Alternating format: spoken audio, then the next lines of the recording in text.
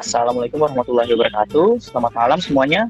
Kita dari kelompok 5 ingin membahas materi metode pencarian terkait studi kasus yang kita ambil, yaitu pencarian nama mahasiswa berdasarkan NIM.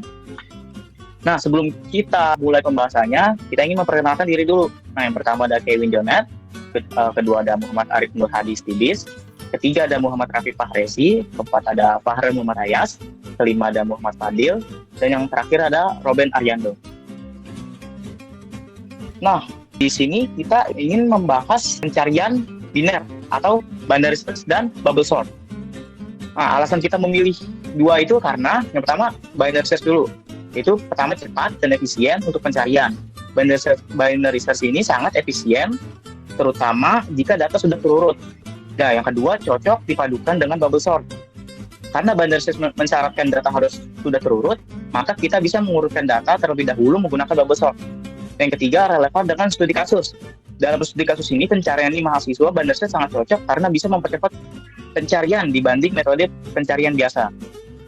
Nah, alasan kita memilih bubble sort juga karena satu, sederhana dan mudah dipahami. Bubble sort adalah salah satu algoritma pengurutan paling dasar dan mudah diimplementasikan, cocok untuk pembelajaran awal di mata kuliah algoritma. Yang kedua, jumlah data kecil. Karena jumlah mahasiswa yang diolah tidak terlalu banyak, misalnya kurang dari 50 data, maka efisiensi bukan masalah utama. Dan yang ketiga, tidak membutuhkan struktur data kompleks. Bubble sort cukup menggunakan array dan perulangan biasa, sehingga cocok untuk tugas sederhana atau presentasi dasar. Selanjutnya, kita akan membahas tentang metode pencarian biner. Metode pencarian biner atau binary search adalah algoritma pencarian yang efisien untuk menemukan posisi satu nilai dalam daftar yang sudah terurut, atau ascending atau descending. Cara kerja dari metode biner, yang pertama itu, bandingkan nilai yang dicari dengan elemen di tengah daftar. Dan yang kedua, jika nilainya sama, pencarian selesai.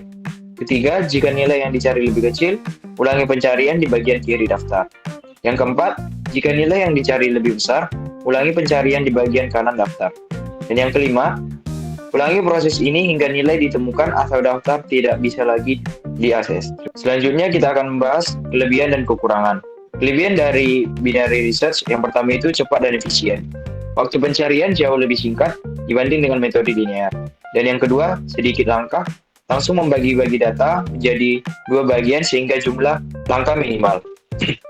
Selanjutnya, adapun kekurangan dari metode pencarian biner yang pertama data harus terurut. Pencarian biner hanya bisa digunakan pada data yang sudah terurut, misalnya dari kecil ke besar. Jika data belum terurut, harus diurutkan terlebih dahulu yang memakan waktu cukup lama. Dan yang kedua, tidak cocok untuk struktur data non-linear. Pencarian biner kurang efisien jika diterapkan pada struktur data non-linear seperti graph atau tree yang tidak diatur seperti array terurut. Baik, di sini kita telah membuat kode program. Yang pertama ada bagian include. Nah, di include itu kita memasukkan stdio.h atau library untuk menggunakan fungsi printf dan scanf.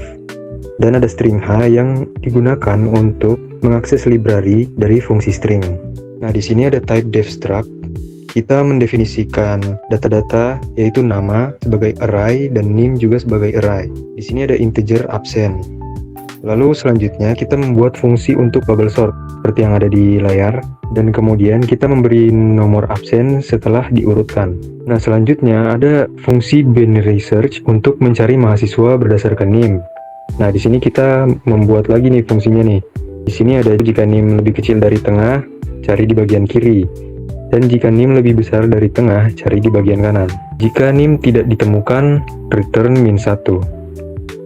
Nah, sekarang kita masuk di badan dari programnya. Di sini kita mengisi int main dengan pengisian data-datanya terlebih dahulu, seperti misalnya berapa absen yang akan dimasukkan, lalu nama-nama dari absen tersebut dan juga NIM-nya. Nah, di sini kita bisa mengurutkan mahasiswa berdasarkan NIM dan memberi nomor absen sesuai dengan program yang telah kita buat. Lalu kita menampilkan hasil pengurutan dan absensi. Oke, lanjut di bagian baris ke-82 itu dia mencari mahasiswa berdasarkan NIM-nya. Jadi kita masukkan NIM mahasiswa yang ingin kita cari, dan kemudian kode tersebut akan menampilkan hasil nama mahasiswa berdasarkan NIM yang kita masukkan. Di sini juga ada percabangan menggunakan if else. if jika hasilnya ketemu, NIM-nya sesuai, maka dia akan menampilkan nama mahasiswanya, NIM-nya, dan beserta nomor absennya. Jika tidak ditemukan atau selain itu, maka kode tersebut akan menampilkan mahasiswa dengan NIM tersebut tidak ditemukan. Oke, ini untuk output kode programnya. Jadi, misalnya kita contoh studi kasus, kita jumlah mahasiswa total ada 6. Dimasukkan 6 mahasiswa. Lalu bakal akan terjadi proses pengurutan dan proses pencarian sehingga terbentuklah daftar absensi 1, 2, 3 sampai 6 itu berdasarkan NIM dari NIM terkecil hingga NIM terbesar. Terus kita masukkan NIM mahasiswa yang ingin kita cari. Nah, jika NIM ditemukan maka nama NIM mahasiswa dan serta nomor absennya itu akan langsung muncul kode program. Ya. Oke, sekarang kita akan ke bagian penjelasan langkah-langkah. Nah, di inputan awal tadi, seperti yang kita tahu, Kevin Jonet itu memiliki NIM 002, input kedua Fahril Muhammad Ayasa, NIM-nya 086, Muhammad Fadil 0127, Ruben Ariando 0137, Muhammad Rafi Fahrezi 056, Muhammad Arif Nuradistibis 040. Jadi, pertama-tama di sini kita menggunakan kerja bubble chart. Gimana cara kerjanya? Yang pertama, kita membandingkan pasangan elemen bersebelahan. Yang kedua, kita menukar posisi jika elemen tidak terurut dengan NIM besar di posisi awal. Yang ketiga, kita melanjutkan hingga tidak ada lagi pertukaran. Nah, di sini di langkah pertama kenapa kita mulai dari Ruben? Jadi itu visualnya saja itu dimulai dari Ruben. Tapi aslinya kita tuh sudah melihat dari Kevin Jonet. Di sini kebetulan Kevin Jonet itu adalah elemen paling kecil, yaitu 002 sehingga dia langsung di skip. Maka dari itu kita langsung ke Ruben. Bentar, masih yang awal. Di langkah pertama, itu kita menggeser NIM Ruben ke posisi terakhir. Kenapa? Karena si Ruben itu 0137 lebih besar daripada Rafif, yaitu 056. Terus Ruben juga lebih besar daripada Arif, 0137. Dan Arif 0040 ditukar hingga Ruben besar ke posisi paling akhir. Langkah kedua, kita setelah si bagian Ruben selesai di paling ujung, kita mengambil ke posisi ke selanjutnya setelah Ruben di posisi awal, di data input awal, yaitu Muhammad Fadil 0127 hingga 00, yaitu lebih besar ketimbang Rafif 056, dan seterusnya hingga langkah ketiga. Lanjut langkah keempat.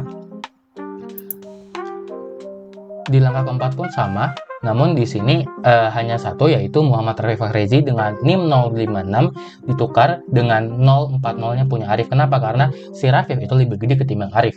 Dan di langkah kelima itu kita pengurutan, yaitu kita verifikasi di situ. Karena pada saat di langkah kelima udah tidak ada pertukaran data, kita memberikan nomor absen. Jadi langkah kelima adalah verifikasi data apakah telah terurut. Ketika telah terurut, kita memberikan nomor absen, yaitu nomor absen 1 dari Kevin Jonet, dan nomor paling terakhir adalah Ruben Ariando, yaitu absen ke-6.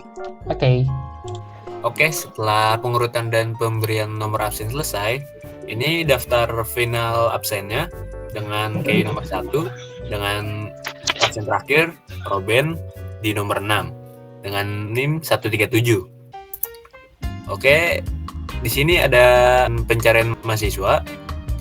Dimasukkan NIM yang dicari yaitu 10.10.7.4002. Terus diproses dalam binary search mencari mahasiswa dengan NIM 10.10.7.4002. Metode binary search bekerja dengan cara membelah data menjadi dua bagian secara berulang.